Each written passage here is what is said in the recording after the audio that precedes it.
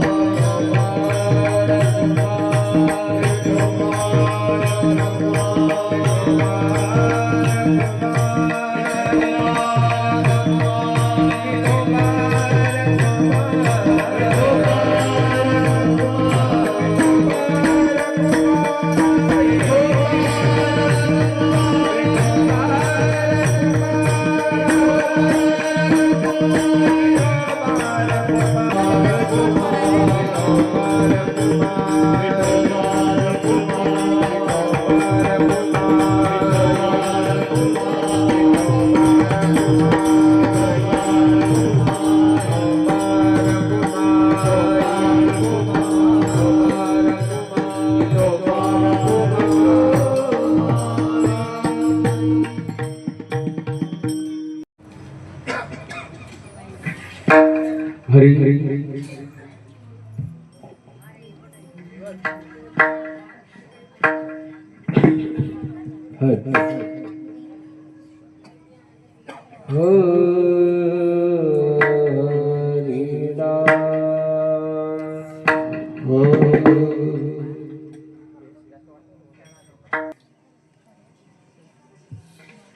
राम कृष्ण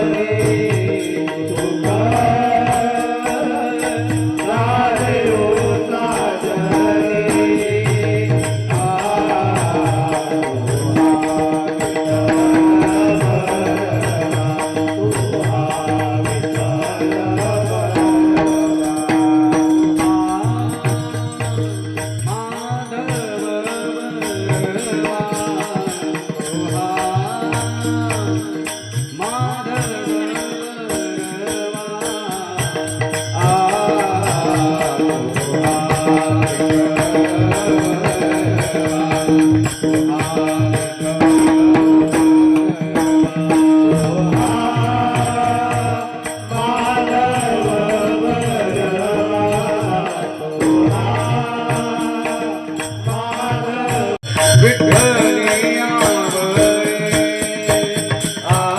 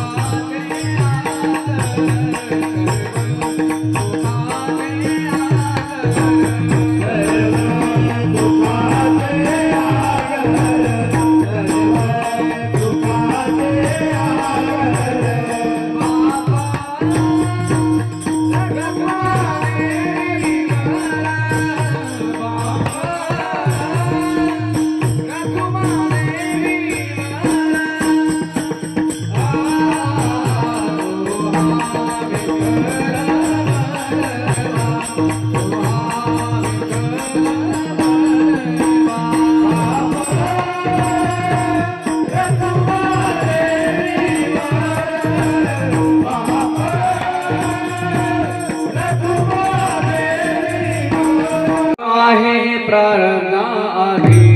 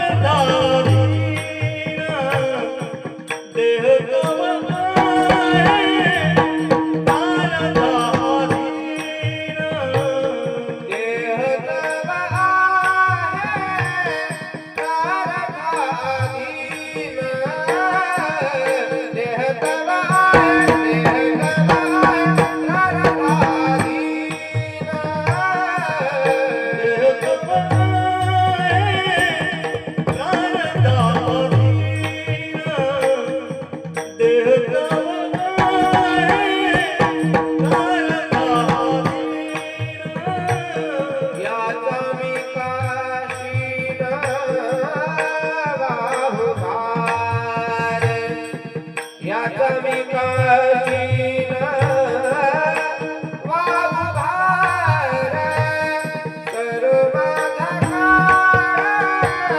तुझिया चिंतने सर्व तुझिया चिंतने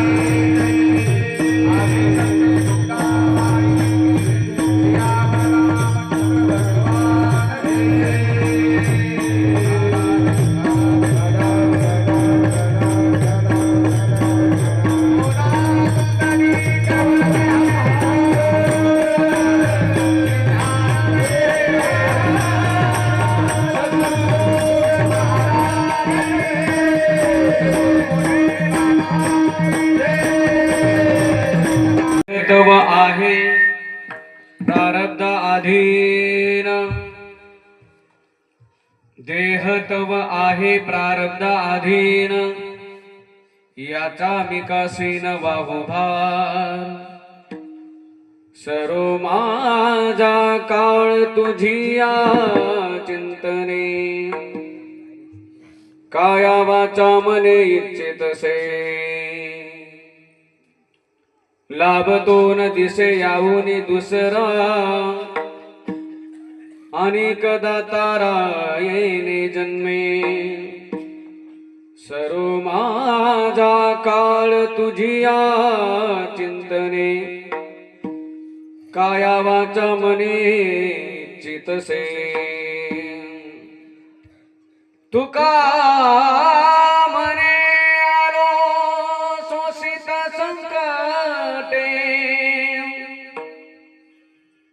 मी माझे ओखटे आहे देवा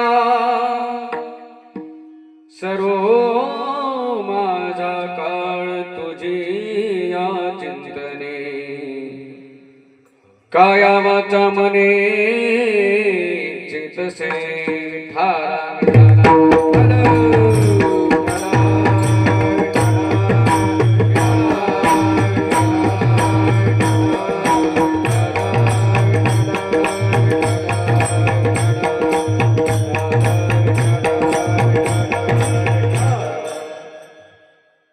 महायोगपीठे तटे भीमरत्यां वरं पुण्डरीकाय दातुं मुनीन्द्रैः समागत्य तिष्ठन्तमानन्दकन्दं परब्रह्मलिङ्गं भजे पाण्डुरङ्गं पांडुरंगा करो प्रथम नमन दुसरे चरणा संतांचे या त्यांच्या कृपादाने कथेचा विस्तारू बाबाजी सद्गुरुदास तुका कलावज्ञ जीवोद्धरार्थावतारं कलांकांक तेजोदिकामो देवक्त्रं कलानिशवादापनोदार दीक्षं समाधिस्थमूर्तिं भजे ज्ञानदेवं नमो सद्गुरु तुकया ज्ञानदीपा नमो सद्गुरु सच्चिदानंद रूपा नमो सद्गुरु भक्त कल्याण मूर्ती नमो सद्गुरु भास्कर पूर्ण कीर्ती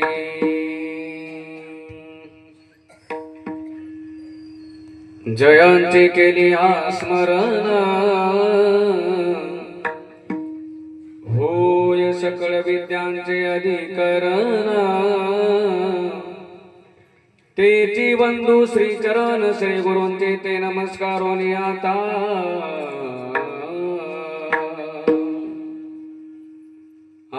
हृदय आपुले चौपाळूनी आभले वरी बैसऊ पाऊले श्री गुरुजी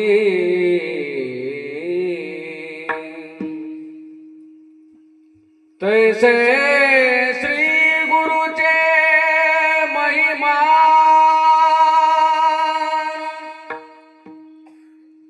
आकळीते कैसे साधन हे जाणून आम्ही अनमन निवांत केले निवांत केले संपाद ज्ञानंच विधाय भक्तिं विलोकितो येन समाधिराज वैराग्यवन्तं सुविचारयुक्तं नमामि जोगं शिरसा गुरुन्तं मस्तकहे पायावरी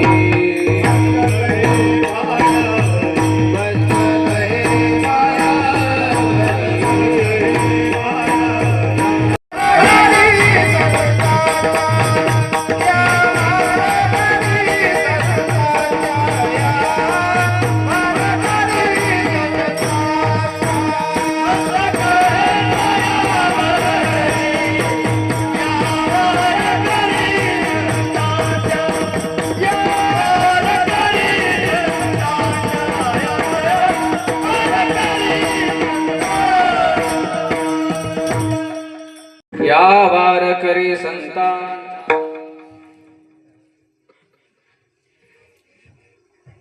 चिंतनासाठी निवडलेला अभंग जगद्वंदनीय संत श्रेष्ठ जगद्गुरु तुकाराम महाराजांचा असून महाराज या अभंगामधून भगवंताशी काही संवाद साधतायत. संवाद असा आहे, महाराज म्हणतायत देह तव आहे प्रारब्धाधीन याचा मी कासीन वाहू भार. महाराज देवासमोर उभे राहत आहेत आणि भगवंताला म्हणतायत, देवाला म्हणतायत की देवा हा देह जर प्रारब्धाच्या अधीन असेल तर मी कशाला विनाकारण याचा सीनभाग व्हायचा. म्हणून सर्व माझा काळ तुझे या चिंतने, काया वाचा मने चितसे. म्हणून माझ्या जीवनातील काळ हा तुझ्या चिंतनामध्ये खर्चित व्हावा, असं मी काया वाचा मनाने इच्छितोय. त्यानंतर लाभ तो न दिसे याहून दुसरा, अनेक दातारा येणे जन्मे. महाराज म्हणतायत, जो लाभ या नरदेहामध्ये आहे तो इतर नरदेहामध्ये नाही. इतर प्राणी पक्षी इतर जर आपण विचार करू गेलो तर तो लाभ, भगवत प्राप्तीचा जो लाभ आहे तो इतर ठिकाणी नाही. म्हणून महाराज म्हणतायत, लाभ तो न दिसे याहुनी दुसरा, अनेक दाता येणे जन्मे. त्यानंतर शेवट महाराज म्हणतायत, तुका म्हणे आलो शोषित संकटे, मी माझे ओखटे आहे देवा. महाराज म्हणतायत की प्रारब्धवश माझ्या जीवनामध्ये जे काही सुखदुःख मला प्राप्त होणार आहे, जे काही दुःख माझ्या जीवनामध्ये येतंय, तो माझ्या प्रारब्धाचा दोष आहे. मी माझे ओखटे आहे देवा. म्हणून सर्व माझा काळ तुझी या चिंतने, काया वाचा मने इच्छितसे. सरळ सरळ अभंगाचा आपण भावार्थ पाहिलेला आहे.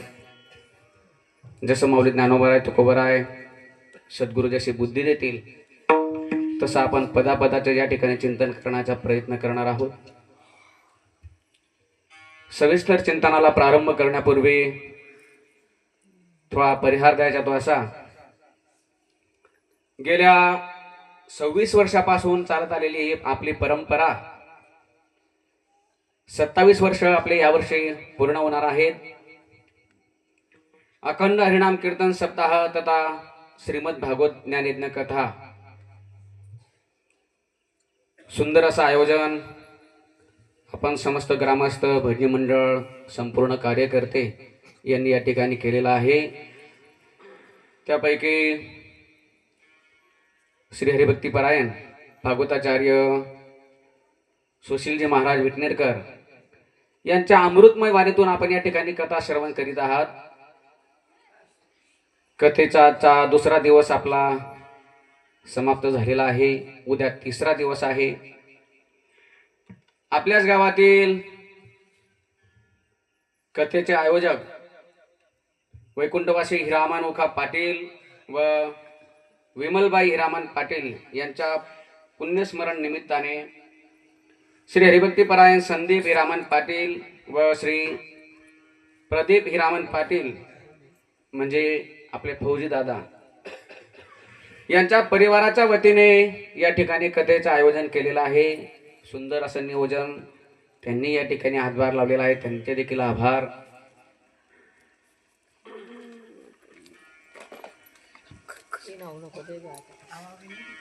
कीर्तनाची सेवा तुम्ही पुकारली होती. आजचे कीर्तनकार श्री हरिभक्तपरायण विश्वनाथजी महाराज मजरेवडकर यांचे कीर्तन सुरू आहे.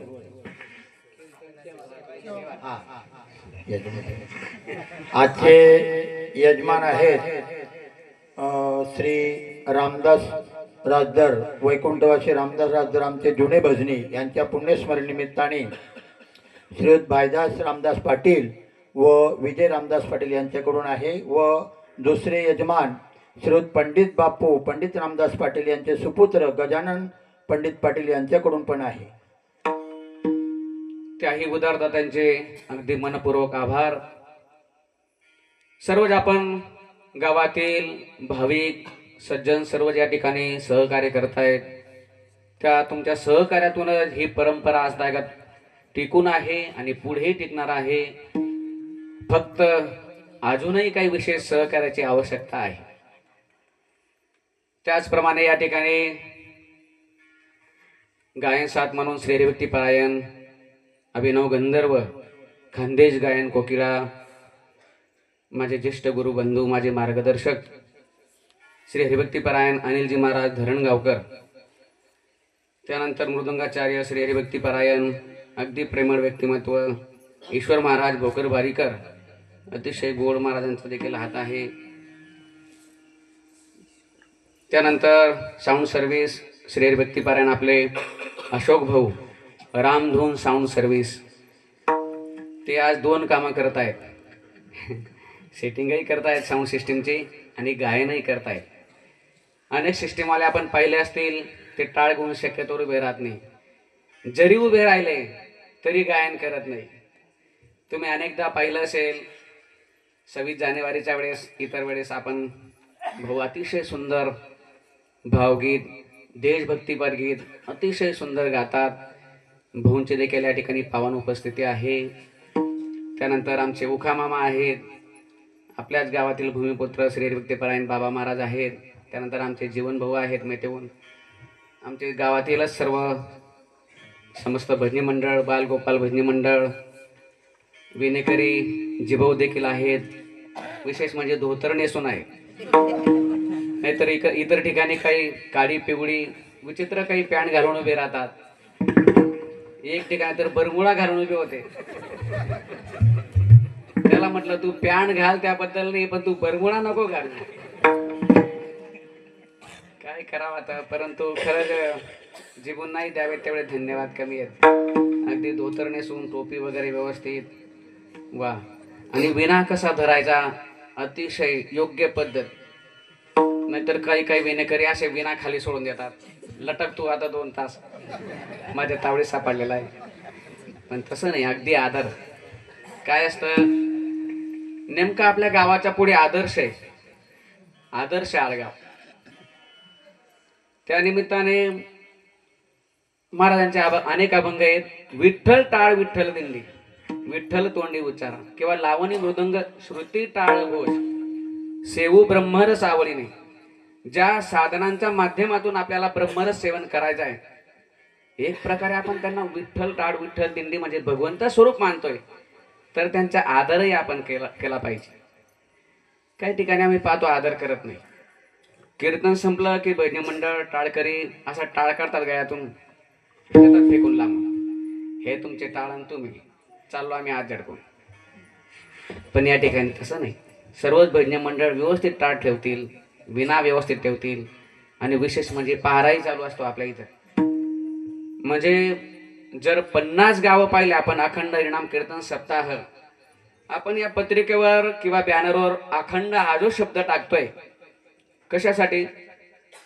ज्या ठिकाणी विनापारा सुरू असेल त्यांनीच अखंड लिहायला पाहिजे. खरं तर जर आपण 50 गावं पाहिले तर मोजून 5-7 गावांमध्ये विण्याची सेवा हा आस्थागात चालू आहे, आणि त्याच्यात आपलं गाव पण आहे. खरंच नियोजनाच्या बाबतीत द्यावे तेवढे धन्यवाद कमी आहेत. सुंदर असा मंडप आहे, सुंदर अशी लाइटिंग तरुण मित्रमंडळ यांनी या ठिकाणी लावलेली आहे. अगदी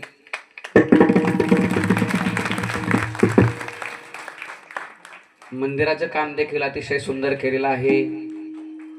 कलर वगैरे दिलेला आहे, जाळी बसवलेली आहे. गेल्या 2-5 वर्षापासून आम्ही बघत होतो की काही लहान लहान मुलं वरती चढायची, तिकडनं काही वेगळा पाठिंबा द्यायचे ते. परंतु तुम्ही योग्य नियोजन केलं, ते म्हणजे त्यांचा मार्गच बंद केला तुम्ही. काय नेमकं आपल्या गावामध्ये देश सेवेसाठी अनेक जवान आहेत, आणि देश कसा सांभाळायचा त्यांना चांगलं कळतंय, आणि गाव कसं सांभाळायचं हे देखील तुम्हाला चांगलं विशेष कळतंय. खरंच द्यावेत तेवढे धन्यवाद कमी. तुमच्या गावाच्या समोर जो आदर्श शब्द लिहिलेला आहे, त्या शब्दाच्या तुम्ही तंतोतंत सांभाळतायत, तंतोतंत तुम्ही आचारसंहिता सांभाळतायत. द्यावेत तेवढे धन्यवाद कमी. काही अनेक म्हणजे सर्वच परिचयाचे आहेत, परंतु प्रमाण म्हणून गेलो. मस्तक हे पायावरी या वारकरी संतांच्या आमचे जिभाऊ आहेत, आमचे गुरुजी आहेत, आमचे माऊली बॅग सर्व्हिस आहेत. तर सर्वच परिचयाचे मंडळी या ठिकाणी बसलेले आहेत. आणि लाईव्ह चॅनल, काय नाव आहे तुमच्या चॅनलचं? लागे कीर्तनाची गोळी ~12. हा म्हणजे 12-12 असं म्हणतात ना तुम्ही, मी ~12 म्हणून दिलं, फक्त एवढाच फरक आहे.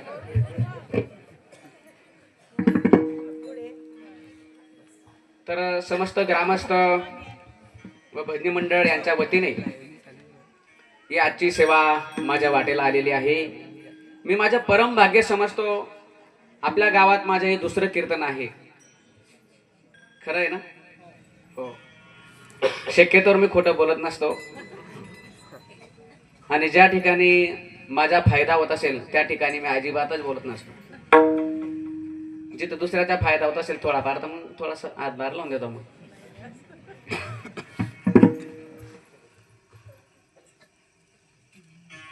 तर सुंदर असं नियोजन तुम्ही केलेलं आहे. आणि आजचा हा दुसरा दिवस, दुसऱ्या दिवसाची सेवा तुम्ही माझ्या वाटेला दिली. माझं परम भाग्य समजतो. माझं बालपण म्हणजे अगदी अंगणवाडीच्या अगोदर मी या गावात राहिलेलो आहे. माझे जीवनातील जे लहानपण होतं समजून घ्या, 2-4 वर्ष मी या ठिकाणी राहिलो होतो. मला त्यावेळेस कळत नाही, परंतु सांगतात घरचे. म्हणून सर्वच परिचयाचे मंडळी आहेत, सर्वांच्या चरणी नतमस्तक होतो आणि आपल्या अभंगाकडे वळतो. विठ्ठल विठ्ठल.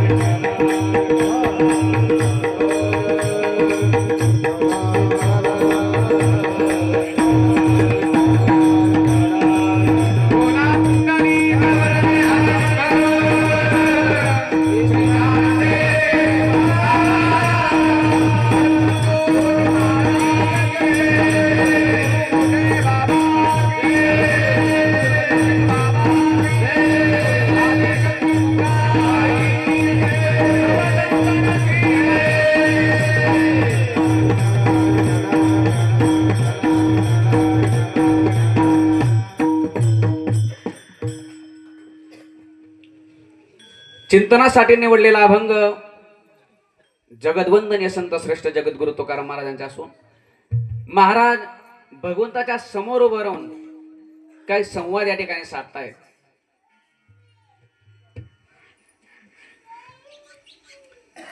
परिहारामध्ये मी अनेक गोष्टी बोलून गेलो, परंतु सप्ताहाची काय आवश्यकता आहे यासाठी थोडस 2 मिनिटात सांगतो आणि नंतर आपण अभंगाकडे येऊ. खर तर मी अनेक वर्षापासून या ठिकाणी उभा आहे. मी पाहतोय आपल्या गावाची संपूर्ण पोझिशन मी पाहतोय. नाव ठेवायला तुम्हाला जागा नाही, परंतु त्या ह्या गोष्टीची आवश्यकता का आहे याच्यावर थोडस 2 मिनिटं बोलतो फक्त. संपूर्ण कीर्तनामधून मी तुम्हाला काही उपदेश करतोय किंवा उपदेशासाठी उभा आहे अशातला भाग नाही आणि उपदेश करण्याचा माझा अधिकारही नाही. पण आपल्याच गावातील सदस्य म्हणून या ठिकाणी व्यक्त होतोय. रतन टाटांचं तुम्ही नाव ऐकून असाल. मला असं वाटतं मागच्याच वर्षी ते गेले. तुम्ही नाव ऐकून आहात. त्यांच्या जीवनातील काळ हा म्हणजे एक एक मिनिट त्यांचा महत्वाचा होता. त्यांच्या 1 मिनिटाची काय कमाई आहे मी सांगू शकत नाही. आपण अंदाज लावू शकत नाही एवढी त्यांची कमाई होती. ते दरवर्षी अगदी ज्याप्रमाणे तुम्ही सप्ताह साजरा करतात त्याच प्रकारे मोरारजी बापू यांची कथा ते त्या ठिकाणी आयोजन करत असतात दरवर्षी अगदी. आणि 7 दिवस सर्व कामं सोडून महाराजांसमोर बसायचं आणि सर्व नियोजन करायचं. 7 दिवस महाराजांना सोडून कुठं जायचं नाही. अगदी तंतोतंत 1-1 मिनिट देखील महाराजांसमोरच द्यायचा आपण जेणेकरून. त्यांच्या पियेने त्यांना प्रश्न केलाय की साहेब, तुमच्या जीवनातील 1 मिनिट किती अनमोल आहे, किती महत्वाचा आहे, मी हिशोब ठेवतोय, मला माहित आहे. तरी देखील तुम्ही 1 दिवस नाही, 2 दिवस नाही, 3 दिवस नाही, 4 दिवस नाही, 5 दिवस नाही, तर 8 दिवस तुम्ही या ठिकाणी कथेसाठी देतायत. नेमकं का आणि कशासाठी? त्यावेळेस साहेबांनी जे उत्तर दिलेलं आहे ते फार ऐकण्यासारखं आहे. साहेबांनी उत्तर दिलेलं आहे. साहेब म्हणतायत योग्य प्रश्न तुम्ही केलेला आहे की जीवनातील एक एक मिनिट फार अनमोल आहे आणि तरी देखील 8 दिवस या कथेसाठी तुम्ही वेळ का खर्चित करत आहात.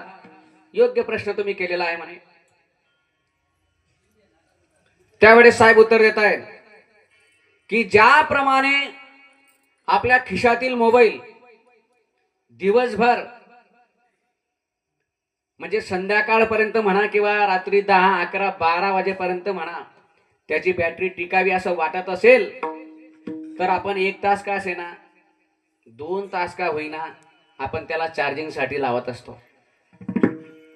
म्हणून वर्षातील 365 दिवस, या 365 दिवसांमधून जर भगवत कार्यासाठी आपण 7 दिवस दिले तर एक प्रमाणे आपल्या मनाची चार्जिंग होते आणि मनाची चार्जिंग झाल्यानंतर पाप काय, पुण्य काय, आचारसंहिता काय, मानवीय आहार काय, चांगलं काय, वाईट काय, या सर्व गोष्टी कथेमधून मिळत असतात. म्हणून 365 दिवसांमधून 7 दिवस आपण या परंपरेसाठी दिलेच पाहिजे. विठाला विठाला.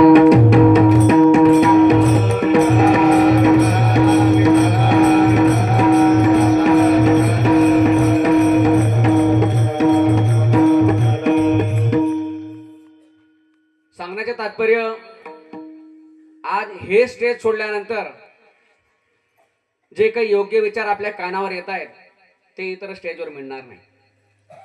इतर स्टेजवर तुमचे मनोरंजन होईल परंतु उद्धार होणार नाही. कदाचित पतन होऊ शकतं बरं का. आणि सप्त्याच्या परंपरेनुसार मी काही गोष्टी बोलून गेलो. पुन्हा सांगतो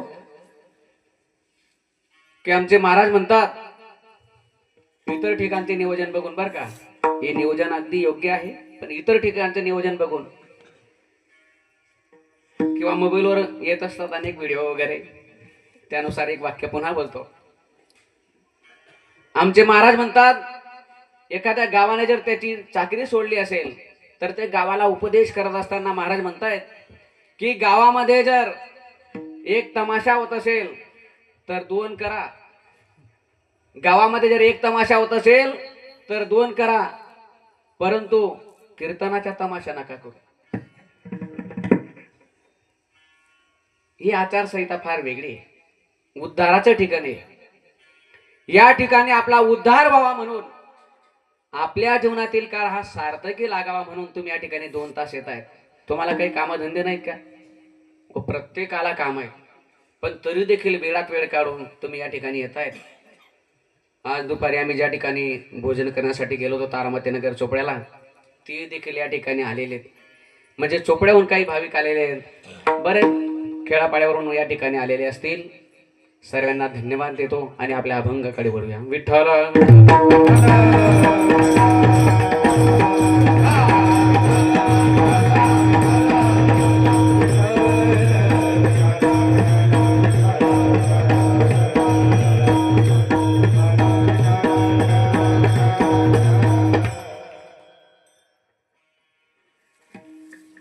महाराज म्हणतायत की आपल्या जीवनातील हा कालक्रम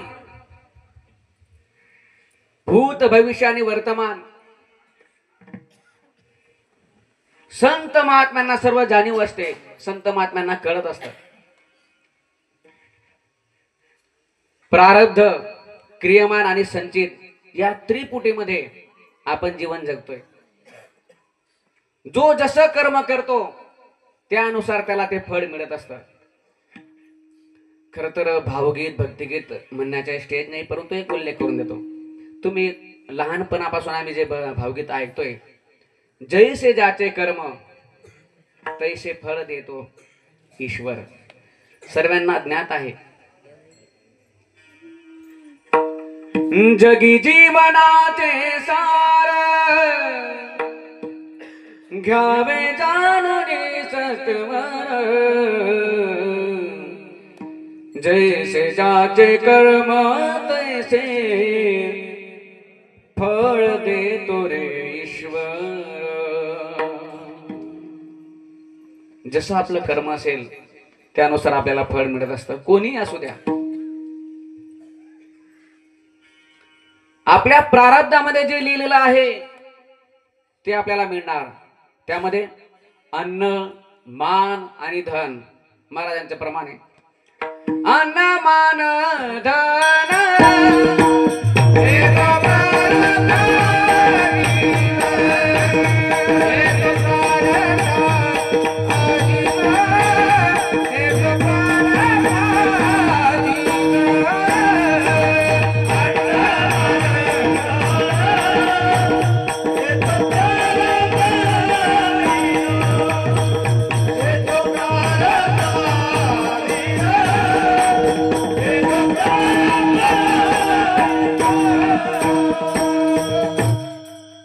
महाराज म्हणतायत अन्न, मान, धन हे तो प्रारब्ध अधीन.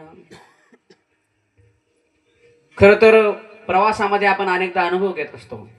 आपण कोणत्या ठिकाणी राहतो आणि कोणत्या ठिकाणी भोजन करत असतो. ज्या ठिकाणी लिहिलेलं आहे त्याच ठिकाणी बरोबर माणूस पोहोचतो. ऐकतो आपण नेहमी दाने दाने पे लिखा है खाने वाले का नाम. कोणी कुठलाही असू द्या. मी मजरेवरच्या सर्वांना ज्ञात आहे, परंतु आपल्या गावामध्ये भोजन करतोय दोघं टाइम. प्रारब्धवश ज्या ठिकाणी अन्न लिहिलेलं आहे त्या ठिकाणी मनुष्य बरोबर पोहोचतो. आपल्या जीवनामध्ये सुख दुःख, लाभ हानी, यश अपयश, जन्म मृत्यू या सर्व गोष्टी प्रारब्धामध्ये जसं लिहिलेलं आहे त्यानुसार माणसाला भोगायला मिळत असत. ज्या ठिकाणी आपला जन्म होणार आहे त्याच ठिकाणी होईल आणि ज्या ठिकाणी आपला मृत्यू लिहिलेला आहे त्याच ठिकाणी मृत्यू अटळ असतो. कोणी असू द्या. येथे नाही मोर आले अवतार, येरते पामर जीव कीती, येरते पामर जीव कीती. महाराज म्हणताय येथे नाही उरो आले अवतार, येरते पामर जीव किती. या पृथ्वी तलावर, या भूतलावर भगवंताने देखील अवतार धारण केले, परंतु भगवंताचे देखील अवतार राहिले नाहीत. येथे नाही उरो आले अवतार. खर तर भगवंताने काही निमित्त मात्र अवतार धारण केलेले होते, परंतु त्यातल्या त्यात आपण कालाच्या कीर्तनात ऐकणारच आहात. फक्त 2 अवतार परिपूर्ण आहेत. दुर्जनाच्या येणे करोने संवार, पूर्ण अवतार राम कृष्ण. संपूर्ण अवतारामध्ये फक्त 2 अवतार परिपूर्ण आहेत, राम आणि कृष्ण. बाकी इतर अवतार काही निमित्त मात्र आहेत. सांगण्याचे तात्पर्य जरी भगवंताने अवतार धारण केलेला असला तरी भगवंताला देखील जावं लागलं. येत नाही उरो आले अवतार, येरते पामर जीव किती. जो जन्माला आलेला आहे तो एक ना एक दिवस जाणार आहे, कोणी असू द्या. आजा मेला पण जावेला,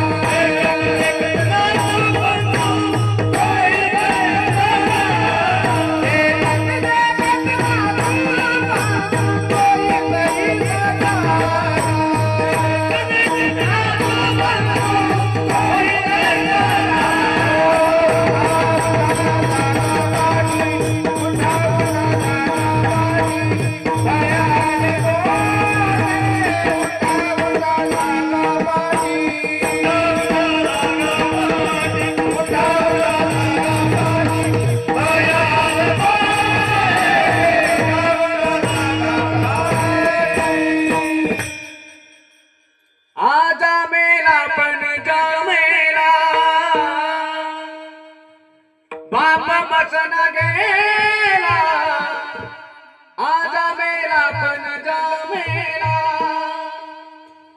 देखत देखत ना तू पण तू तोही तैसा झाला उठा उठा जागा पाठी उठा उठा जागा पाठी भयाले मोठे उठा उठा जागा पाठी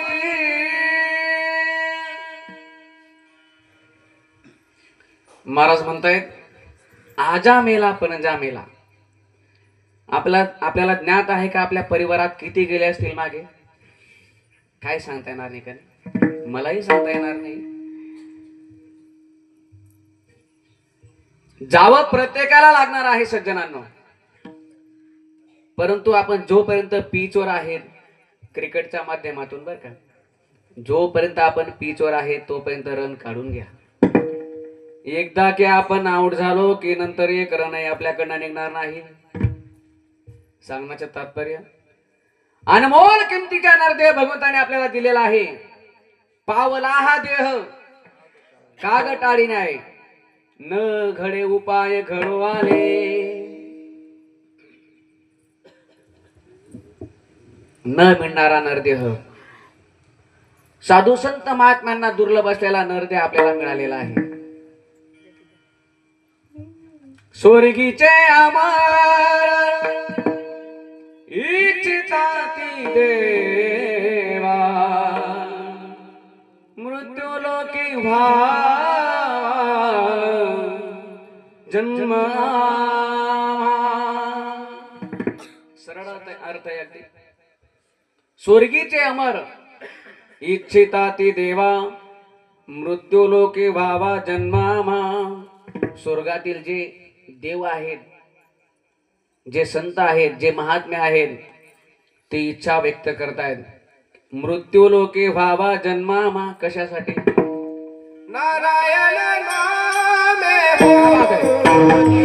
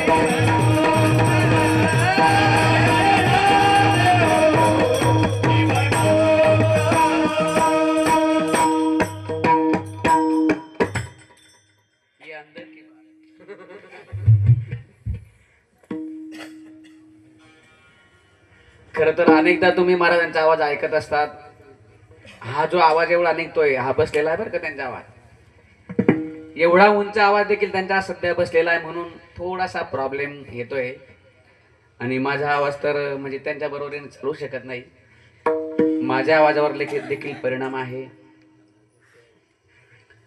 काय असतं रात्री कीर्तन झाल्यानंतर इतर ठिकाणी या काही गोष्टी बोलत नसतो मी पण आपलं गाव म्हणून सांगतो रात्री कीर्तन झाल्यानंतर चहा पाणी घेत घेत चर्चा करत करत करत करत 1, 2, 2:30, 3 कधी वाजता सांगता येत नाही कधी कधी तर आम्ही मावशीन त्यांच्याकडे ज्यावेळेस असायचो अक्षरशः मावशींना म्हणायचो आम्ही की मावशी तुम्ही आराम करा झोपा आता जाऊ द्या पण मावशी देखील तिथं चर्चेमध्ये बसायच्या रात्रभर अगदी एक दिवसाचा प्रसंग असा होता आमचा रात्रभर चर्चा केली आम्ही मावशी त्यांच्या घरी असताना रात्रभर चर्चा केली सर्व 5-7 महाराज बसलेले एकाचा विषय संपला की लगेच दुसरा लगेच तिसरा लगेच चौथा रात्रभर चर्चा आणि सकाळी काकड्याची वेळ झाली हातपाय धुतले ब्रश केला मावशी त्यांनी चहा करून दिली आणि चहा घेऊन काकड्याला आलो असे प्रसंग येतात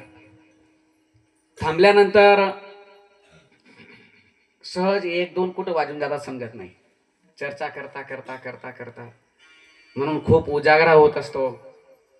खरं तर मी बाबा मामा त्यांना बोललो होतो की काकडा जर तुम्ही करून घेतला तर थोडंसं बरं होईल म्हटलं, पण त्यांची आमच्यावर श्रद्धा आहे.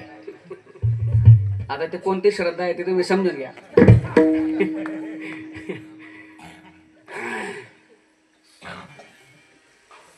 काय कधी कधी खरं तर म्हणजे इतर ठिकाणी काही शक्यतोवर काकड्याचा योग येत नाही. शक्यतोवर तुम्ही सकाळी अनुभवलं की महाराजांचे देखील 2-3 प्रमाण इकडे तिकडे होत होते, कारण की बराच गॅप पडून जातो इतर ठिकाणी.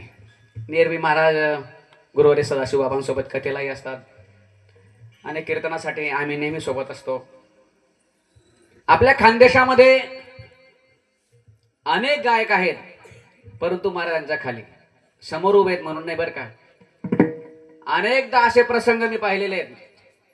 कासोद्याला असताना एक पेटी मास्टर थोडंसं विशिष्ट दाखवण्याचा प्रयत्न करत होते. लहान मुलगा समोर बसला होता, महाराज आलाप घेत होते. त्या मुलाला त्यांनी बोलवलं पेटी मास्टरने आणि त्याला भाता भरायला सांगितला पेटीचा, आणि दोघं हातांनी वाजवत होते पेटी, म्हणजे विशेषता दाखवत होते. महाराजांनी आलाप एवढा उंच नेला, पेटीचे बटणं संपले. इथपर्यंत पेटी समजून घ्या इकडनं इथपर्यंत ते बटणं संपले. तो पुढे बोटं फिरवला. एवढा उंच आवाज आहे महाराजांचा. पण ते थोडंसं त्रास जाणवतोय, कफ झालेला आहे, सर्दीमुळे थोडासा परिणाम जाणवतोय. म्हणून आपलं घरचंच कीर्तन आहे, जास्त गायन न करता आपण व्याख्यानाकडे जास्त भर देऊ. जर आलंच कदाचित तर मी थोडंसं म्हणून गेलो वाटल्यास, आणि मला थोडंफार म्हणता येतं आहे, तुम्हाला माहीतच आहे. काही मला काही दाखवायचं नाही विशेष की मला खूपच गायन येतं, मला अमुकच येतं, माझा असंच पाठ आहे, काही मला दाखवायचं नाही. आपलंच गाव आहे, काय दाखवू. आणि खरं तर दाखवण्याची आमची पात्रता नाही. आम्ही ज्या परंपरेतून आलेलो आहोत, स्वानंद सुखनिवासी सद्गुरू जोग महाराज वारकरी शिक्षण संस्था आळंदी, त्या संस्थेमध्ये 2017ला 100 वर्ष म्हणजे शताब्दी महोत्सव आमचा साजरा झाला. खरं तर काही गोष्टी मी बोलत नसतो, पण बोलतो आता, सांगतो आपलं गाव म्हणून. 100 वर्ष त्या संस्थेला पूर्ण झाले. शिक्षकांना पगार नाही आणि विद्यार्थ्यांना फी नाही. जगाच्या पाठीवर एकमेव संस्था आहे. बाहेर इतरत्र वैकुंठवासी गुरुवर्य वैद्यबाबांकडे आम्ही पक्वा शिकण्यासाठी जायचो. एका वर्षाची फी 100 रुपये. पक्वा शिकण्याचा जो क्लास आहे त्या क्लासची फी एका वर्षाची 100 रुपये. कुठं पाहिलंय का, कुठं ऐकलंय का तुम्ही? एका वर्षाची फी 100 रुपये. कदाचित एक शब्द बोलू का, अजून वाक्य बोलू का एखादं? मला असं वाटतंय की एका महिन्याची देखील 100 रुपये फी होत नसेल. होत नाही.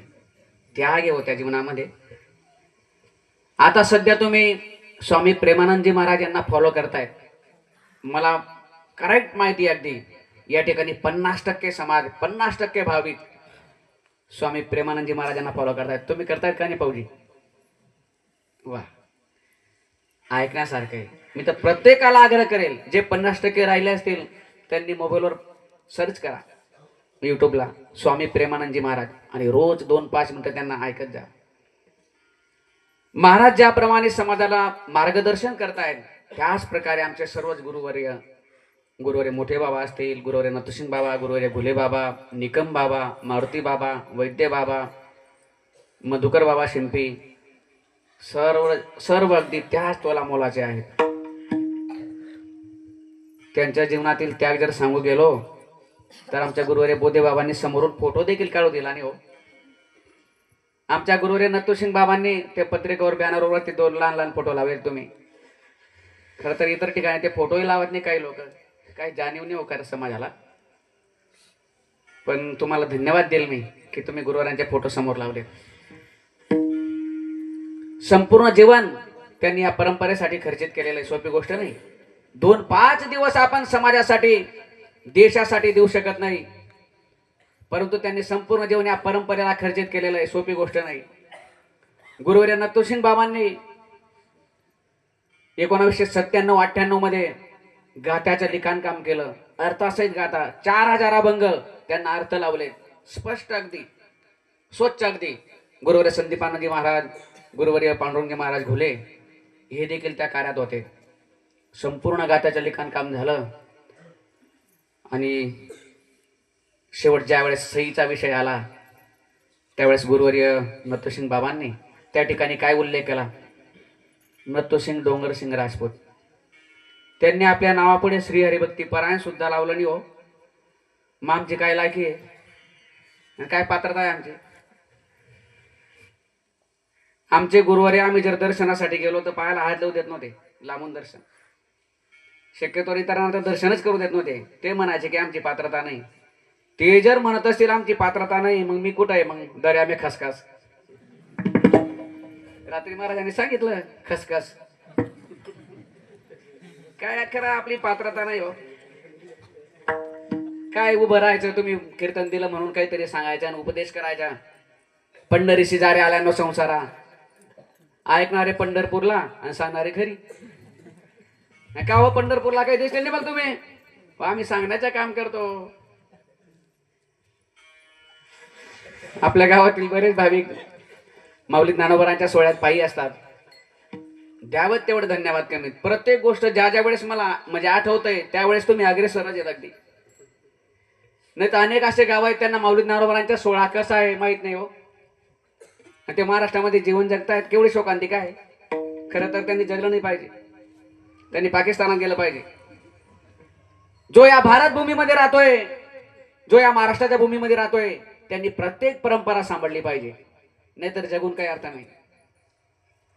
माऊली ज्ञानोबा ज्ञानेश्वरी मध्ये वर्णन करतायत, माझी या भक्ती विना जळो जयाचे जियाले पण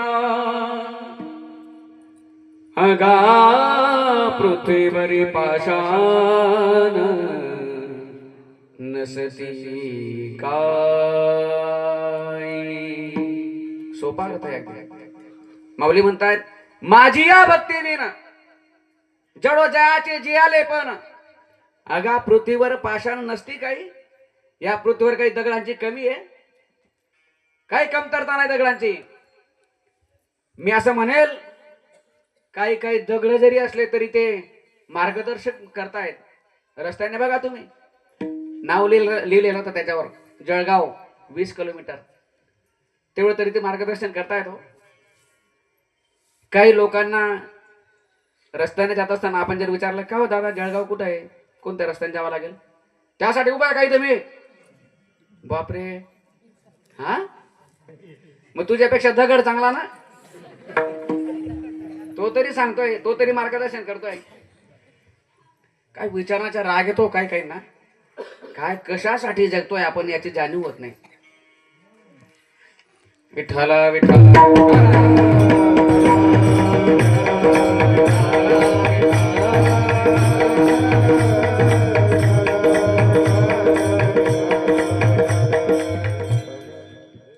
प्रारब्धवश आपल्या जीवनामध्ये सुख आणि दुःख, लाभ हानी हे प्रत्येकाच्या जीवनामध्ये येणार आहेत.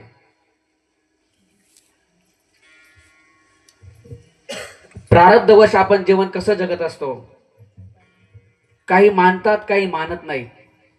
प्रारब्ध. एक सुंदर प्रसंग महाभारतामध्ये आलेला आहे. महाभारती युद्ध संपल्यानंतर आपण कथेमध्ये कदाचित श्रवणही करू, सांगता येत नाही, पण मला असं वाटतं तो कथेचा भाग नाही, तो पुढचा भाग आहे थोडासा अजून. राजा परीक्षित राजांचा मुलगा राजा जन्मेजय आणि व्यासजी यांचा संवाद आहे. राजा जन्मेजय आपल्या गुरुजींना प्रश्न करतायत की गुरुदेव, महाभारतीय युद्ध जे झालं, कदाचित त्या काळात मी राहिलो असतो तर युद्ध टाळलं असतं. त्यावेळेस गुरुजी उत्तर देत आहेत की जे प्रारब्धवश असतं ते देव असू द्या, संत असू द्या, महात्म्य असू द्या, कोणीही असू द्या, सर्वसामान्य असू द्या, टळत नसतं. जे होणार आहे ते होईलच. राजा पुन्हा प्रश्न करतोय की गुरुजी ठीक आहे तुम्ही म्हणतायत म्हणून मी थोडंफार ऍडजस्ट करून घेईल, पण माझ्या मनात तो प्रश्न कायम राहील की मी जर त्या ठिकाणी राहिलो असतो त्या युद्धाच्या वेळेस तर मी युद्ध होऊ दिलं नसतं, युद्ध टाळलं असतं मी. त्यावेळेस गुरुजी पुन्हा दुसऱ्या पद्धतीने उत्तर देत आहेत, समाधान करण्याचा प्रयत्न करतायत. गुरुजी सांगतायत की त्या काळामध्ये भगवान श्रीकृष्ण दुर्योधनाकडे जात आहेत युद्ध टळावा म्हणून, शिष्टाचार म्हणून भगवान श्रीकृष्ण दुर्योधनाकडे जात आहेत आणि दुर्योधनाला सांगतायत की दुर्योधना, पांडव हे तुमचेच भाऊ आहेत, म्हणून या राज्यातील अर्धा हिस्सा त्यांना दिला गेला पाहिजे. देवाचं, गावाचं आणि भावाचं कदाही खाऊ नये, कोणी का असे ना. आपण जर 1 रुपया खाल्ला तर 3 रुपये आपल्याला भरायचे आहेत. महाराजांचं प्रमाण आहे, ऋण वैर हत्या हे तो न चुके ने देता.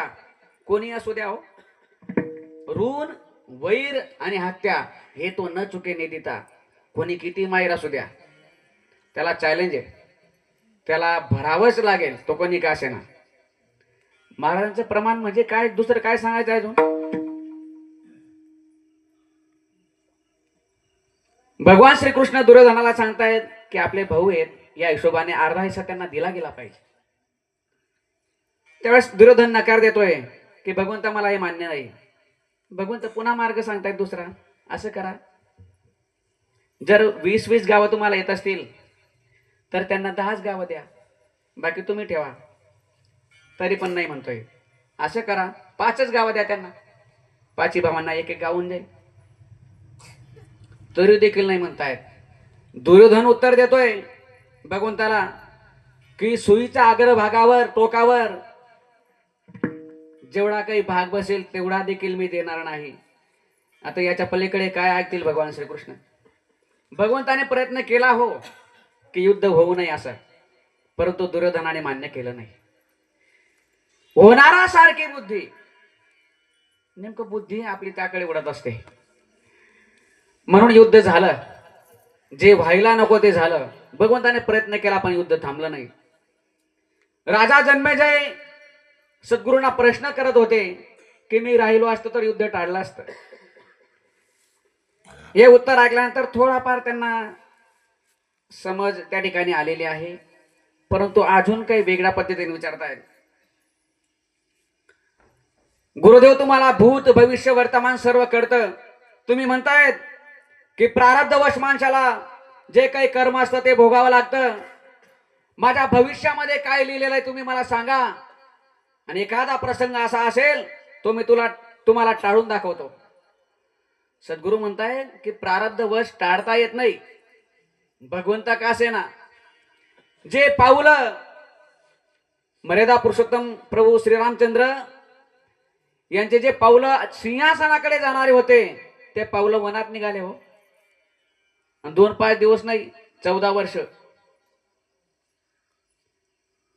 गुरुदेव म्हणतायत की बाळा, ते प्रारब्ध टाळता येत नाही. तू म्हणतोय की भूत भविष्य वर्तमान तुम्हाला कळतं, तर माझ्या भविष्यात काय लिहिलेलं आहे, एक प्रसंग असा तुझ्या जीवनात लिहिलेला आहे. साधू संत महात्म्याने कळत असतं. त्यांनी सांगितलं की तुझ्या जीवनामध्ये एक प्रसंग असा लिहिलेला आहे की भविष्यामध्ये एक दिवस तो आपल्या राज्यातून शिकारीसाठी बाहेर निघणार. खर तर तो शिकारीसाठी गेलं नाही पाहिजे, परंतु तू जाणार. राजा म्हणतोय तुम्ही म्हणतायत शिकारीसाठी गेलं नाही पाहिजे पण तू जाणार. तुम्ही किती काही सांगा, मी शिकारीसाठी जाणार नाही. मी आजपासून प्रण करतोय. 7-8 वर्ष निघून गेले. जसं सद्गुरूंनी सांगितलं होतं, जे काही भविष्य सांगितलं होतं त्यानुसार त्यांनी आवरण्याचा प्रयत्न केला स्वतःला खूप. 7-8 वर्ष निघून गेल्यानंतर सहज मनात विचार आला की सद्गुरूंनी आपल्याला जे काही मुद्दे सांगितलेले आहेत ठराविक, ते मुद्द्यांना सोडून आपण वनात जाऊ फिरायला. ठरल्याप्रमाणे राजा राजदरबाराच्या बाहेर निघतोय. गुरुवरांनी सांगितलं होतं की काळ्या घोड्यावर बसून दक्षिण दिशेला जायचं नाही. राजे बाहेर निघतायत तर सफेद घोडं घोडे मंत्रिमंडळ चारण्यासाठी घेऊन गेलेले होते आणि नेमके 2 काळे घोडे बांधलेले होते. त्यावेळेस राजा विचार करतोय की ठीक आहे, गुरुजींनी सांगितलं होतं की काळ्या घोड्यावर बसायचं नाही आणि बसला तर दक्षिण दिशेकडे जायचं नाही. म्हणून आपण काय करू, काळ्या घोड्यावर बसू. आणि इकडे कोणती दिशा आहे मग? दक्षिण. इकडे आमच्याकडे उत्तरात आहे इकडे. हा, काही जास्त फरक नाही ना आपला. हा, तर उत्तरेकडे जाऊ. जाता जाता जंगलात गेल्यानंतर घोडा कधी दक्षिणेकडे वळाला समजलं नाही हो. प्रारब्धवश अगदी तसंच होत असतं. आणि दक्षिण दिशेकडे गेल्यानंतर गुरुवारांनी पुन्हा सांगितलं होतं, जरी दक्षिणेकडे गेला तर समुद्र काठावर जायचं नाही. जरी समुद्र काठावर गेला त्या ठिकाणी एक सुंदर तरुणी दिसेल, तिला राजदरबारात आणायचं नाही. जरी तिला राजदरबारात आणलं तिच्यासोबत विवाह करायचा नाही. जरी तिच्यासोबत विवाह केला तर महायज्ञ त्या ठिकाणी करायचा नाही राजदरबारात. जरी महायज्ञ केला तरी जास्त त्या ठिकाणी ब्राह्मणांना बोलवायचं नाही. जरी ब्राह्मणांना बोलवलं तर त्या ठिकाणी ब्राह्मणांसोबत वाद करायचा नाही. निर्विघ्नपणे तो यज्ञ पार करायचा. आणि जर त्या ठिकाणी वाद निर्माण झाला तर तुझ्या जीवनामध्ये ब्रह्महत्या घडेल. ब्रह्महत्या घडेल. अगदी तिथपर्यंत आलेला आहे राजा. राज दरबारामध्ये त्या महिलेला आणलेलं आहे आणि लग्न लावलेलं आहे. आणि काही दिवसानंतर त्या ठिकाणी यज्ञ आरंभलेला आहे. भव्य दिव्य नियोजन केलेलं आहे. आणि त्या यज्ञामध्ये काही ब्राह्मण त्या ठिकाणी मंत्रोच्चार करतायत. आमचे बाबा मामा देखील मंत्रोच्चार बऱ्यापैकी करत असतात. ज्या ठिकाणी काही अडी अडचण असेल, कोणी जात नसेल, समजून घ्या ब्राह्मण मिळत नसेल. खरं तर भूदेवांचा खूप मोठा मान आहे. पण आमचे मामाश्री ज्या ठिकाणी कोणी दुर्मिळ असेल त्या ठिकाणी सोपे होऊन जातात, सहकार्य करून देतात. त्या पद्धतीने त्यांचं लग्नही लावून देतात. अनेक प्रसंग त्यांच्या जीवनात येत असतात. मला सांगतात ते कधी कधी. एके ठिकाणी मी सत्यनारायणसाठी गेलो म्हणे लग्नामध्ये तिथं. त्यांना सांगितलं त्या जोडप्याला, पती पत्नीला, डोळ्याला पाणी लावा. त्यांनी घेतलं पाणी माझ्या डोळ्याला. अरे मना नाही रे राधा, तुम ना लावा. मना कथा डोळ्या पुढे राहा तुम्ही. अनेकदा ते वेगवेगळे प्रसंग सांगत असतात.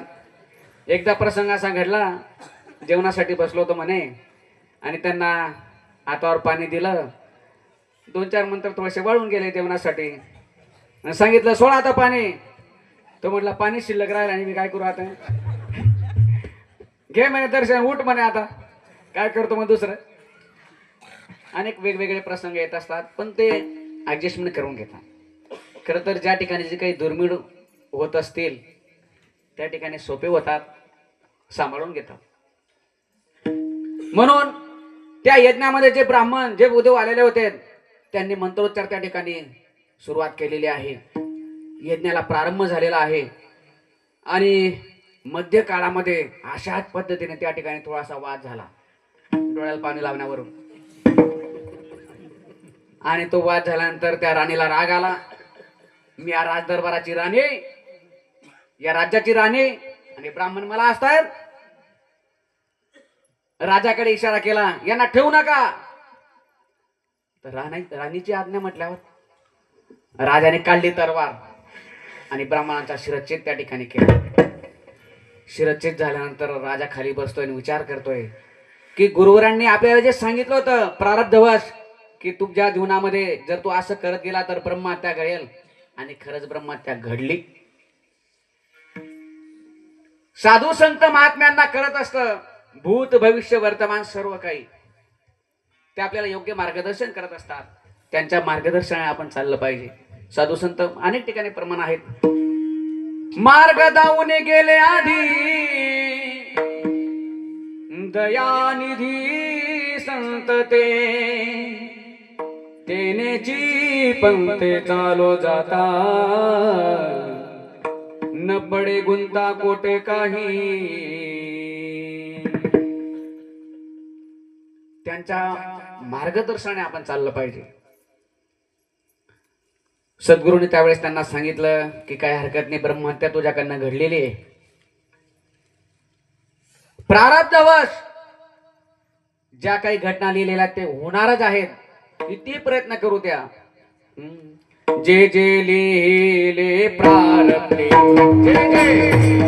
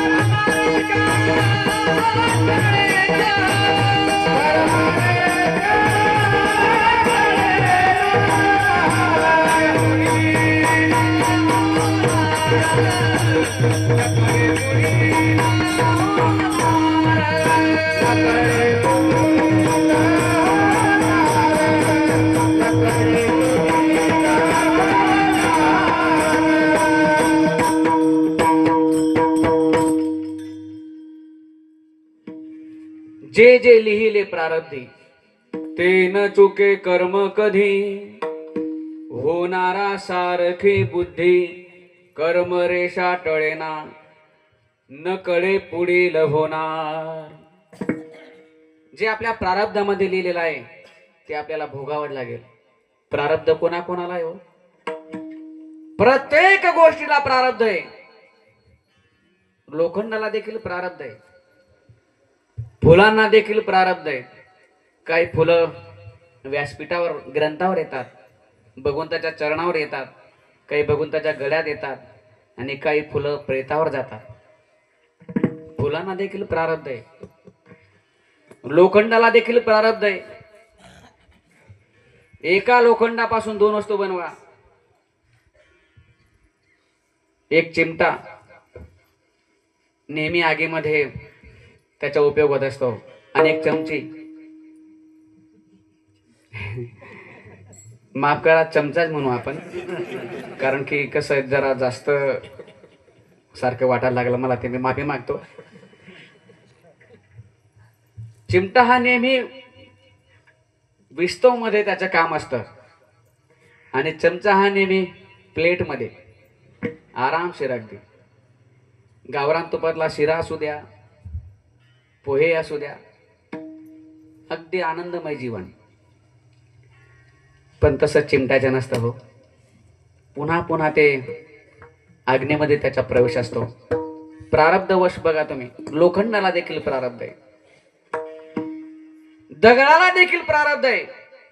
एकाच दगडापासून मंदिराची पायरी केलेली आहे आणि त्या दगडापासून मंदिरातील मूर्ती केलेली आहे. पाषाण देव पाषाण पायरी,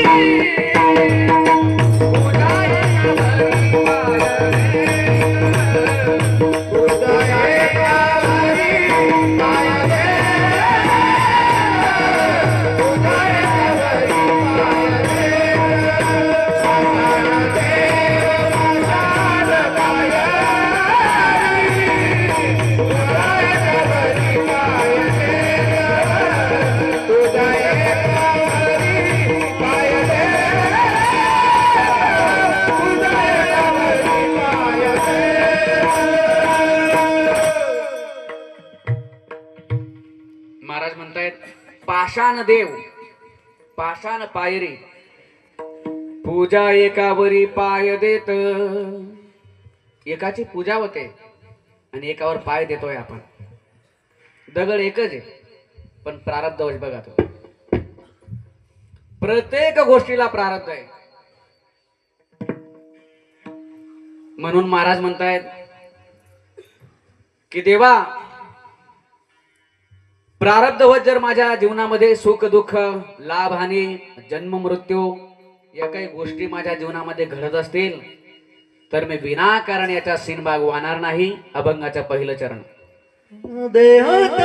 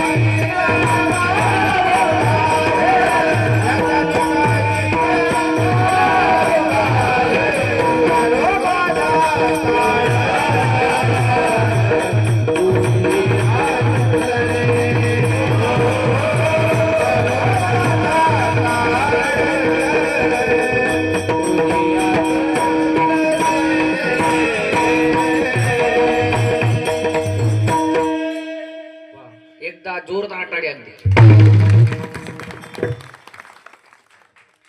अतिशय गोड आणि अगदी समर्पक. द्यावेत तेवढे धन्यवाद कमी. या ठिकाणी असे गायक आहेत की अभंगाचा भाव ते प्रगट करतायत. या राग शास्त्रामध्ये या संगीतामध्ये खूप मोठी पावर आहे. जर अभंगानुसार चाल लावली गेली राग गायला गेला तर त्या अभंगाचा भाव प्रगट होत असतो. जर अगदी विरोधाभासामध्ये चाल लावली तर ते लक्षात येत नसतं. अनेक गायक अनेक कीर्तनकार प्रमाण म्हणून जातात. प्रमाण संपत पण शब्द कळू देत नाही. हो शब्द सुद्धा कळू देत नाही. काय एवढी गाई लागली कोणच ठेव त्यांना. सुंदर अगदी समर्पक. महाराज म्हणतायत देह तवा आहे प्रारब्ध अधीन याचा मी कासीन वाहू भार.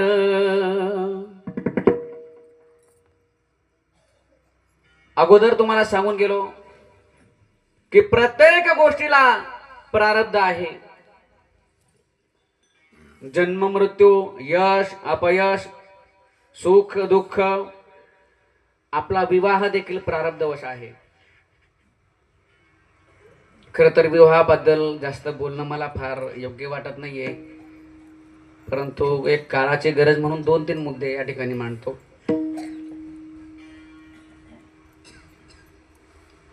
अगोदर 2 मुद्दे असे आपल्या समोर ठेवतोय.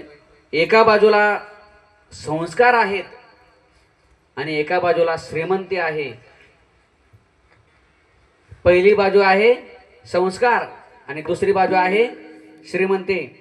प्राधान्य कोणाला देणार तुम्ही? फक्त महिला मंडळ उत्तर द्या. संस्कार. उत्तर योग्य दिलेलं आहे, परंतु असंच होत असतं का?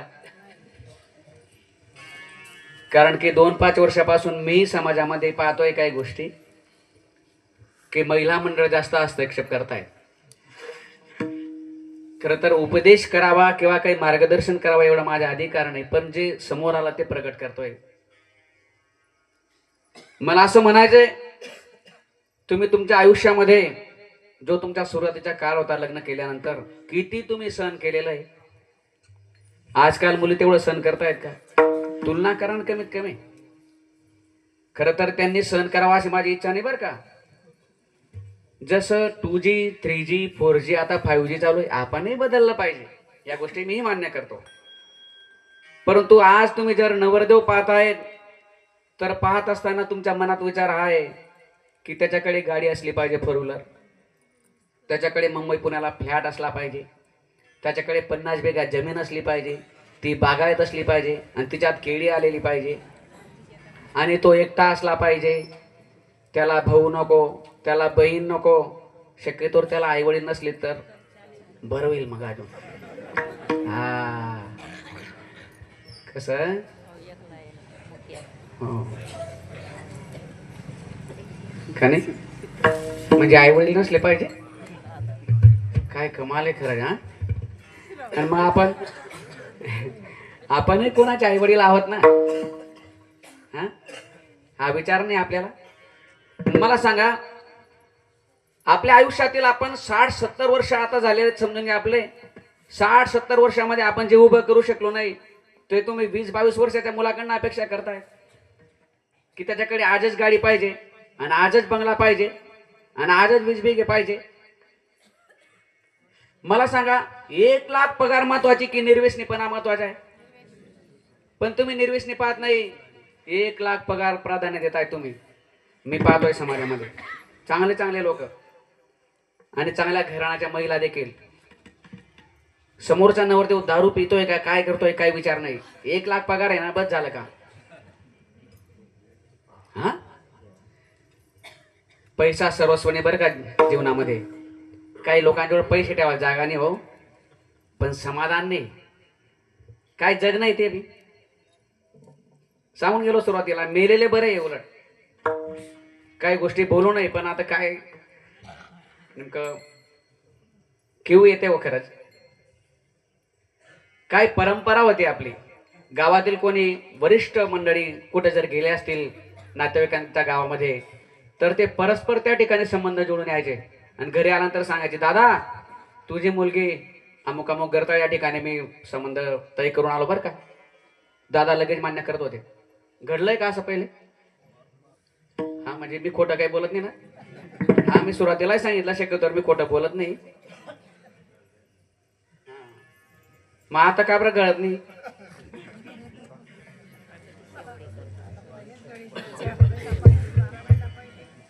मी माझं सांगतो तुम्हाला. आता मी गावामध्ये प्रवेश केल्यानंतर आजही त्याच भूमिकेत आहे. मी गावामध्ये प्रवेश केल्यानंतर जर माझ्या गावातील माझे चुलत काका मला दिसले तर मी माझे नियम सांभाळण्याचा प्रयत्न करतो, मर्यादा सांभाळण्याचा प्रयत्न करतो. मी गावात गल्लीमध्ये प्रवेश केला की मी मर्यादा सांभाळण्याचा प्रयत्न करतोय. पण आज दुसरा विद्यार्थी बघा तुम्ही, गावातील चुलत काकांना तो घाबरत नाही. अजून पुढे जाऊ का, घरातील त्याचे जे सख्खे काका आहेत त्यांना देखील घाबरत नाही. अजून थोडा पुढे जाऊ का, घरातील जे त्याचे वडील आहेत त्यांना देखील घाबरत नाही. अजून थोडा पुढे जाऊ का, जी त्याची आई आहे तिला देखील घाबरत नाही. मला सांगा, जर एक विद्यार्थी मर्यादेमध्ये राहिला नाही तर तो त्याची वर्तणूक चांगली राहील का भविष्यात? जी आदरयुक्त भीती आहे. आपल्या गावात बरेच वरिष्ठ मंडळी या ठिकाणी बसलेले आहेत. या मंडळींनी त्यांच्या काळात जर गावातला कोणी सद्ग्रस्त समोरून आला तर ते मर्यादा म्हणून थोडं साईटून चालायचे. आज दडशी मारून निघून जाता हो. काय मर्यादा राहिली खरं का? पण खरं सांगू का तुम्हाला, मर्यादा सांभाळण्यासाठी खूप मोठी ताकद लागते बरं. ती सोपी गोष्ट नाही. या बोलण्याच्या गोष्टी नाही, त्या खूप मोठी ताकद लागते. नाही तर काय अर्थ आहे ते? काय अर्थ नाही त्या जगण्याला. जर आपल्या जीवनामध्ये मर्यादा नसतील तर आपलं जीवन व्यर्थ आहे. सांगून गेलो मी, जर जीवनामध्ये भक्ती नसेल तर जीवन व्यर्थ आहे. मर्यादा नसतील तर जीवन व्यर्थ आहे. विठ्ठला विठ्ठला.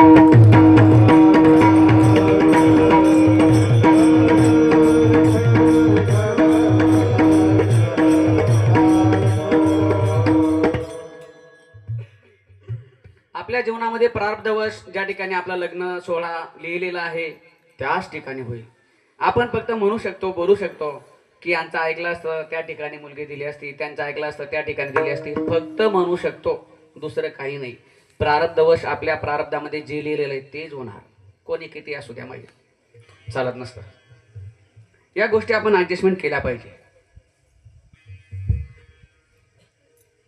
महाराज म्हणतायत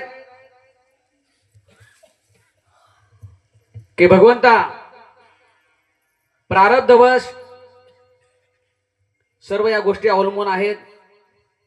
देह तव आहे प्रारब्ध अधीन, याचा मी का सीन वाहू भार. विनाकारण याचा सीनभार वाहण्यापेक्षा माझ्या जीवनातील अनमोल असलेला काळ तुझ्या चिंतनामध्ये माझ्या खर्चित झाला पाहिजे. अभंगाचं दुसरं चरण.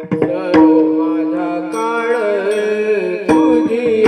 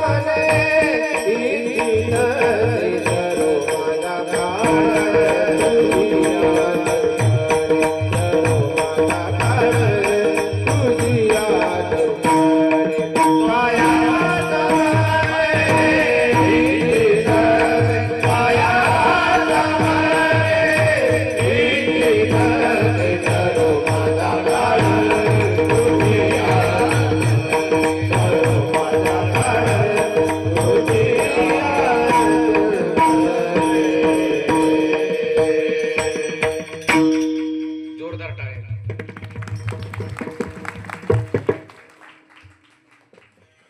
वैकुंठवासी श्री गुरु बंकट स्वामी महाराज, तुम्ही नाव ऐकून असणार कदाचित. स्वामी महाराजांच्या या जुन्या चालीत अगदी भावपूर्ण वारकरी चाल. सरो माझा काळ तुझी या चिंतने, काया वाचा मने इच्छित से. सरो माझा काळ तुझी या चिंतने.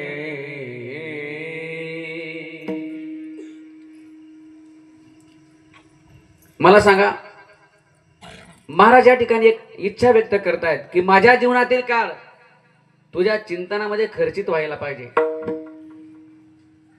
मला सांगा, भगवत भक्ती करत असताना महाराज इतरत्र काळ घालवत होते का? त्यांच्या जीवनातील काळ हा वाया जात होता का? अनेक ठिकाणी आपण जर पाहिलं, सदा नाम घोष करू हरी कथा, तेने सदा चित्ता समाधान. महाराजांचं म्हणणं आहे की जो सदा नामस्मरण करेल त्याच्या जीवनामध्ये सदा समाधान प्राप्त होईल, आणि जो कदा कदा नामस्मरण करेल त्याच्या जीवनामध्ये कदा कदा समाधान होईल. या ठिकाणी समाधान महाराज देखील आहेत.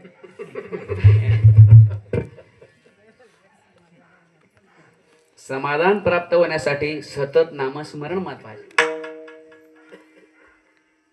महाराजांनी आपल्या जीवनामध्ये खंत व्यक्त केलेली कशी?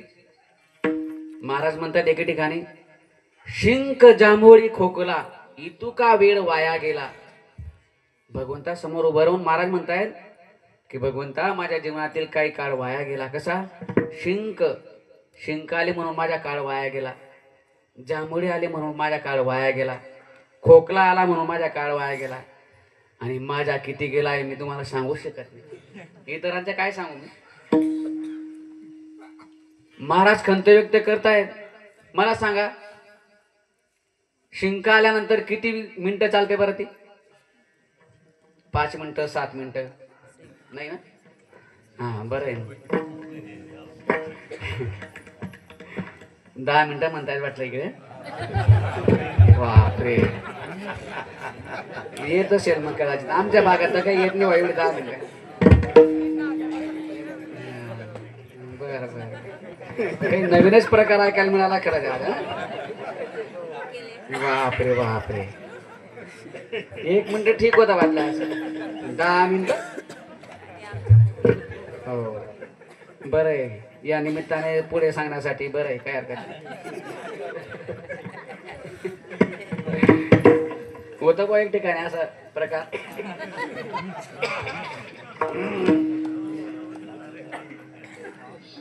सांगण्याचे तात्पर्य,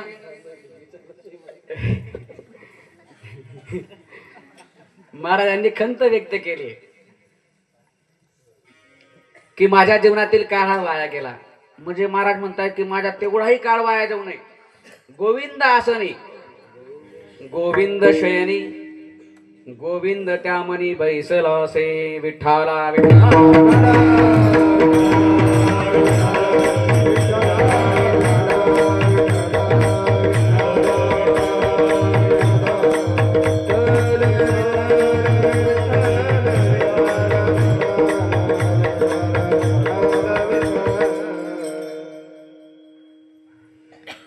म्हणून आपण देखील सतत नामस्मरण केलं पाहिजे. माऊली म्हणताय, जयाचे वाचे पुढा भोजे, अखंड नाम नाचत से माझे, जे जन्म सहस्र ओळगी जे, एक वेळ मुखाशी यावया. अगदी सोपा अर्थ आहे. महाराज म्हणताय, जयाचे वाचे पुढा भोजे, अखंड नाम नाचत असे माझे, ते जन्म सहस्र ओळगी जे, एक वेळ मुखाशी यावया. भगवंताचे नामस्मरण एकदा मुखामध्ये येण्यासाठी हजारो जन्माचं पुण्य लागतं बरं का, सहज येत नाही. जन्म जन्मी आम्ही पुण्य केले, जन्म जन्मी आम्ही बहु पुण्य केले, जन्म जन्मी आम्ही बहु पुण्य केले, जन्म जन्मी आम्ही देवाया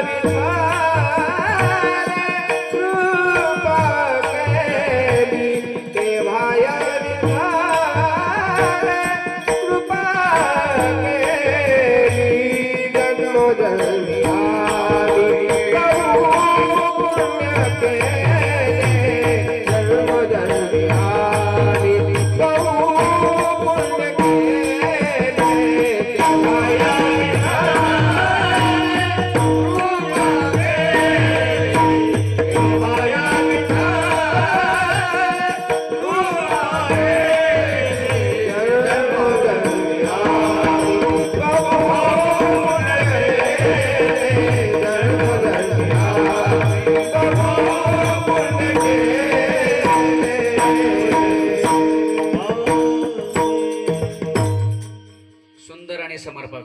महाराज म्हणतायत की आम्ही आमच्या जीवनामध्ये जे काही नामस्मरण, जे काही परमार्थ करतोय, जन्मोजन्मी आम्ही बहुपुण्य केले, तेव्हा या विठ्ठले कृपा केली. आपल्या जीवनातील काळ साधू संत महात्म्यांनी जसा खर्चित केला, जसा परमार्थामध्ये लावला, तसा आपण देखील लावला पाहिजे.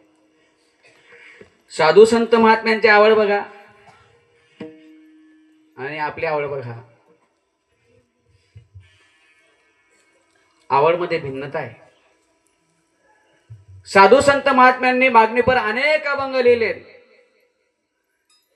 पण कधी कोणत्या अभंगामध्ये, कोणत्या कडव्यामध्ये संसाराविषयी मागणी केली नाही. एखादा चरण मला दाखवून द्या वाटल्यास की संत महात्म्यांनी त्यांच्या संसारासाठी अमुक अमुक मागणी केली, मिळणार नाही. परमार्थासाठी, देवासाठी मागणी केलेली आहे. अनेकदा भगवंत त्यांना प्रसन्न झालेले आहेत आणि भगवंत प्रसन्न झाल्यानंतर भगवंतालाच पुन्हा पुन्हा ते मागतायत. अक्षरशः जन्माचं दुःख आपल्याला माहित आहे, गर्भवासाचं दुःख आपल्याला माहित आहे, तर देखील महाराज म्हणतात घेईन मी जन्म याजसाठी देवा. कशासाठी? तुझी चरण सेवा साधावया. साधू संत महात्म्यांनी आपल्या जीवनातील काळ जसा सार्थकी लावला तसा आपणही 2 मिनिटं भगवंताचे नामस्मरण करू. विठोबाय रखुमाई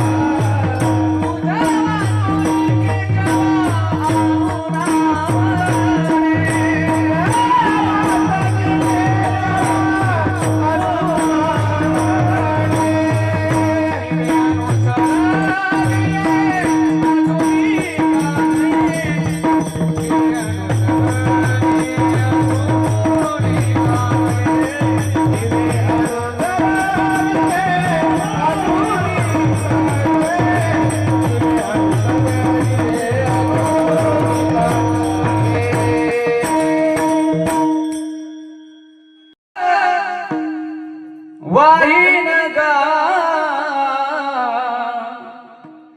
देवराया देवराया. महाराज म्हणताय तुझी आन वाहीन गा, म्हणजे तुझी शपथ घेऊन सांगतोय. बहु आवडसी दिवा पाचोनिया कानडिया विठोबा कानडिया कान